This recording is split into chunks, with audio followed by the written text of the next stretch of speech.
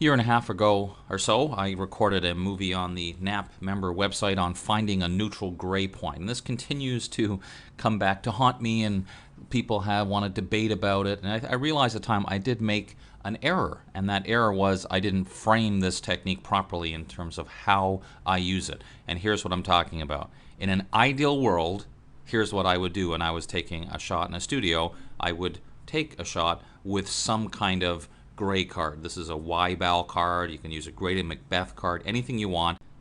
Then I simply open curves, take my gray eyedropper, and click on something that should be gray, because we know, of course, that gray card should be gray. When you do that and click OK, then the color cast is removed. My technique looks like this. And this is when you don't have a gray card, or you didn't take the photo with the gray card, or you couldn't use a gray card. So let me be very clear on this. Ideally, every time we take a photo, we should have something in the photo that we know is gray, like a gray card, which is a good theory, but as we all can agree, there will be times when that just won't happen. For example, you're shooting a wedding. You can't interrupt the bride and say, excuse me, hold the ceremony for 1 second while you hold this card. So yes, in studio, great, but everywhere else, not so great. So here is the technique that I came up with, and it looks like this. Again, just to review for those people who haven't seen it, you add a new layer, and we're going to fill that layer with 50% gray. We're going to change the blend mode to difference, with the theory being whatever's gray on the top layer will be compared with the layer below, and those areas will show up very dark or black, which will help us find areas that are gray. So, for example, here I just start to move this in. I can see there's a spot up there, so I'm going to zoom way in on it so I can see it. Shift-click to mark it, and then cancel. Throw this layer away and go back to fit and window view. Because here's my theory, and the theory is very simple.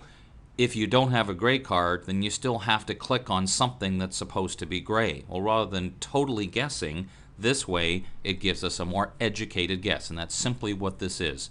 It's a more educated guess, so instead of just strictly guessing out of thin air, where should I go? Instead, we take our gray eyedropper. Now I have the caps lock key turned on so that it matches up very nicely. I click, and the color cast is removed. So now we've done it a couple of different ways. So just out of interest, let's compare the two. There is going to be a difference, there's no question about it.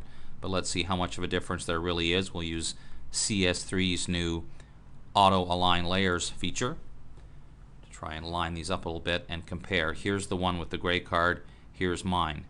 There is a difference, isn't there? Is it a huge difference? I don't think so. Is it way better than me guessing? I think it is. So, just to end any future debate about the technical nature of this is not the most technically correct way to find a neutral gray. However, I think you'll find, and I think anyone who's tried this will agree, it's way better than guessing. And when I teach this in my live seminars, I always start by saying this is a much better educated guess because it's Photoshop helping us find something that's in the neighborhood of neutral gray. So I thank you for your attention. I think you'll find if you try this, if you don't have the opportunity to use a gray card of some nature, this provides a great way to find a spot which will do a really good job removing the color cast. Now, if it sounded like I was in any way angry or venting or very serious or anything, that wasn't the case. It was more I realized my mistake way back when in not giving it in the right context. Now that I have, and people will hopefully understand, I feel much better now. Thank you. I'll see you next time.